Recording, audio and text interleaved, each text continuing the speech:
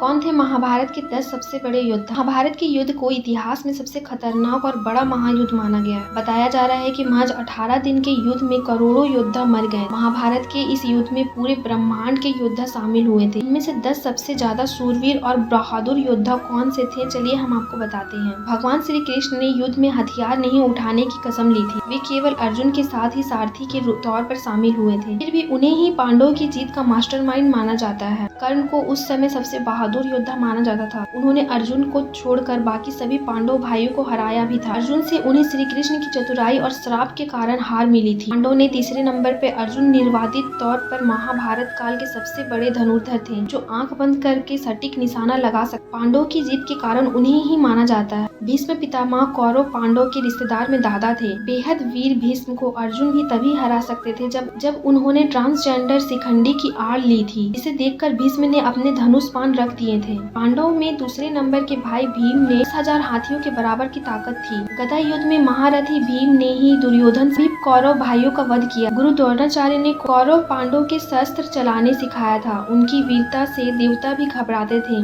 भीष्म पितामह के सरसैया पर जाने के बाद उन्हें ही कौरव सेनापति बनाया। हिमपुत्र घटोत्कच अपनी मां हिडिंबा के कारण आधे इंसान और आधे मायावी राक्षस थे। घटोत्कच इतने वीर और शक्तिशाली थे कि कर्ण को उनका वध करने के लिए अगमोद शक्ति चलानी पड़ती। दुर्योधन कौरव भाई में से सबसे बड़े थे, जिनके कारण पूरा महाभारत युद्ध हुआ था। युधिष्ठिर पांडव भाई में से सबसे बड़े थे। केवल सच बोलने के कारण उन्हें धर्मराज कहा जाता था। बेहद बुद्धिमान युधिष्ठिर भी बेहतरीन धनुर्धर नेतृत्व करता थे। अर्जुन पुत्र अभिमन्यु को महाभारत का सबसे वीर योद्धा माना जाता है। कौरव की चक्रव्यूह में अकेले घुसकर एक साथ 7 महारथियों का सामना करने वाले अभिमन्यु को धोखे से मारा गया था। ऐसी ही और जानकारी के लिए मेरे चैनल इम्पोर्टेंट थिंग्स फैक्ट को सब्सक्राइब करें। Thank you.